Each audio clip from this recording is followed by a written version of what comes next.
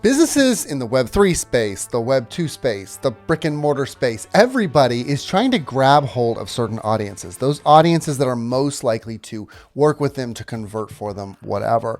And we're always looking for where those audiences are now congregating. And there's a lot of different places they are. A lot of people are moving away from these sources like Facebook and Instagram and towards more decentralized social media options.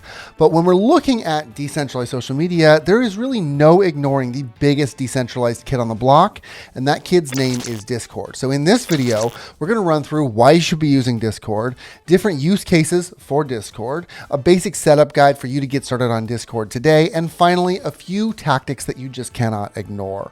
My name is Trent Kennelly. I'm a Web3 marketing strategist, and this is the best place for you to learn about Web3, NFTs, and how to market it all. So if that sounds good to you and you're excited, make sure that you like this video, subscribe to my channel if you're into it, comment to let me know what you're looking to set up in Discord, what kind of things you're trying to do to be unique, to stand out a little bit. I would love to be able to help you out even in the comments, and let's get started.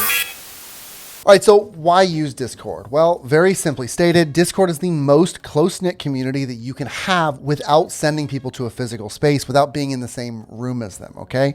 So let's compare it to Twitter, which before Discord was arguably the most close to the action communication style for fans of a brand or a celebrity or whatever to engage with that brand, okay?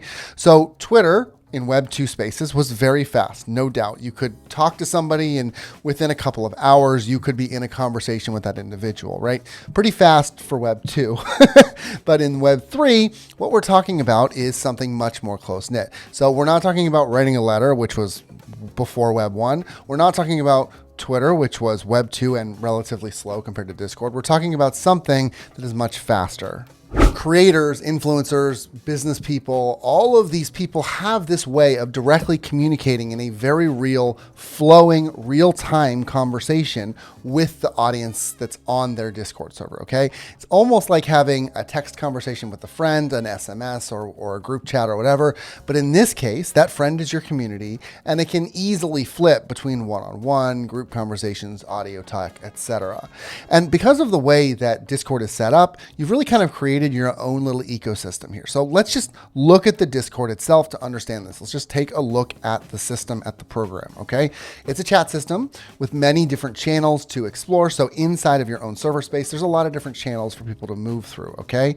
And yeah, there are other servers that people can join. By its very nature, you feel sucked into the channel that you're on. That's just kind of the way that they've built it out. And then when you're not on Discord for this particular server, you're going to get pinged from time to time with an @everyone tag when the server mods are making an announcement about something, and that's going to pull you right back in, okay? And so now you're going to be paying attention to this channel again when maybe you weren't even on Discord. So it's a really cool little ecosystem. Okay, all of that makes sense, but before we decide to dive into this service, let's talk about who is on Discord. So the average Discord user is between 18 and 34, male, and interested in things like technology, news, and games. But it isn't just a gaming community. Even though that's how it was originally built, it's far from that at this point. Because according to research from cloudware.net, 3/4 of people who are on Discord are there for non-gaming activities. So the opportunities here are enormous and they go way beyond games. And if that's the mindset that you think it's just for gamers, you should get that out of your head right now. So let's talk about a few big use cases for Discord for your business. And the first one, the most important one, is community building. So this is the biggest use case for Discord. It probably goes without saying.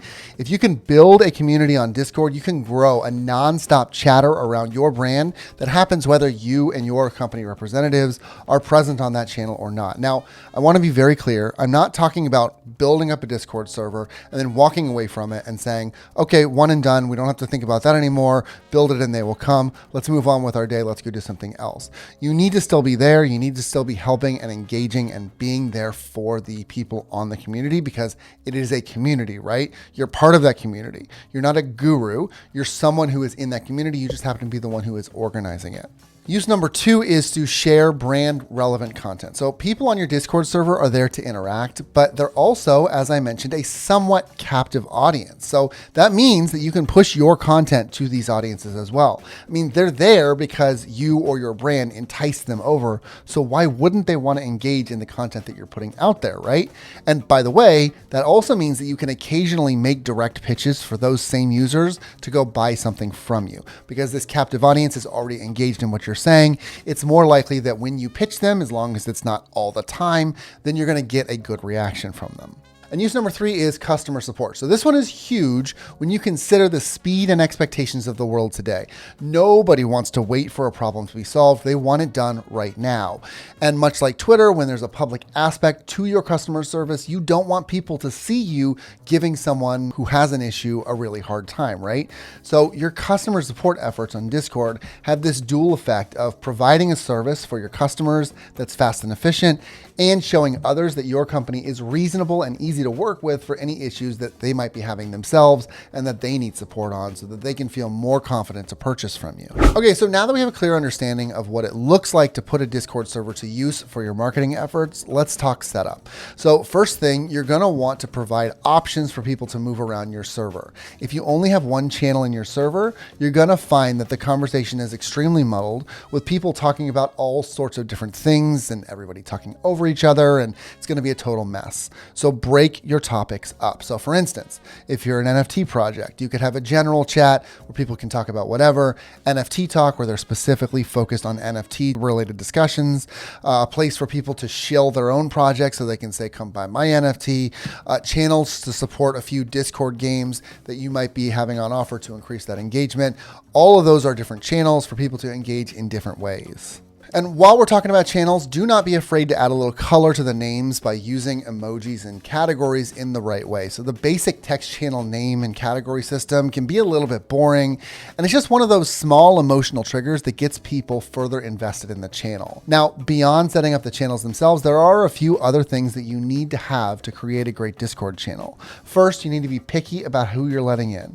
All great products have weaknesses, and one of Discord's big weaknesses is bots. There are so many bot users that are going to try and join your channel, and they're going to start shilling junk nonstop, which means that your real users are going to leave the channel out of annoyance. You don't want that. The way to be picky here is to use a verification bot. So a verification bot is simply a bot that you have on your system that blocks access to the rest of the server until the user can prove that they're a human. This can be as simple as reacting to a post, or you can add captchas if you want, that sort of stuff. But the point is that you're trying to do something that leaves the bots out of your system and allows the real users in. The other thing that you should do is get moderators on your team. So moderators can be people that you hire, or they can be enthusiasts, which obviously can be a good thing because they could be as cheap as free, or at least just very cheap to work with. But by adding these mods, you can ensure that everyone is having a good time and you're avoiding harmful behavior, because you can't monitor everything yourself. You just can't. Okay, so we've got a basic idea of setup and use cases. Now let's talk tactics. So this isn't some exhaustive list, but it's definitely going to help you to clearly understand what kinds of things that you can do to build a hugely excited community. And the first tactic that you should definitely consider is to help users make this space their own. So what do I mean here? I mean that you want to encourage user-generated content. Now, that's content obviously created by your users, but does that mean that you have to have a bunch of drawings from artists about whatever your product or service is or whatever like that? No, it definitely doesn't just mean that. That's a great thing to have. It's always beneficial, but it doesn't mean that that's the only thing that you should have as user-generated content. There are a lot of different forms, and one of the simplest is just conversing on the platform. Through your server, people are having conversations, because here's what's going to happen. This content is going to lead to other content. So if somebody's going to pose a question, somebody's going to post a poll, it's going to lead to somebody else interacting in a different way. And suddenly, where people at first didn't really interact a whole lot on the server, now they're interacting more. Now it's the go-to place. Okay. And that's what you're looking for. Which leads directly to my next tactic, which is to build engagement. So any kind of user-generated content that's created, whether that's a message on a channel or a drawing of a character that users love, is a response to your brand. That's someone engaging with what you have to say. And it's an opportunity for users to chime in and give their thoughts as well. You get contact between different users, okay? So things like polls, Discord games, rankings using tools like Me6. All of these things go a long way towards building a very strong channel. The next is to get direct feedback from your users. So as a brand, how many opportunities do you really have to get direct feedback from users? I mean, there's always going to be feedback, right? There's going to be information kind of all over the place about what people think of your product or service, but it's all scattered and it's not like a focused group, right? We're talking about a group of people here that like you, your company, your brand, whatever, enough to spend time with you on a Discord server of your creation. So they're of course going to have something to say here. And this kind of feedback loop has a huge impact on both ends. So you get the information that you need to make things better and better. Your users get to be on the inside and give you real feedback that they can often see implemented. It's kind of a win-win for everybody. And then finally, you should really think about offering exclusive deals to community members themselves. So only people who are on the Discord. You're going to drive more people to join the Discord when you can show them a direct benefit to themselves for doing so that they get right away.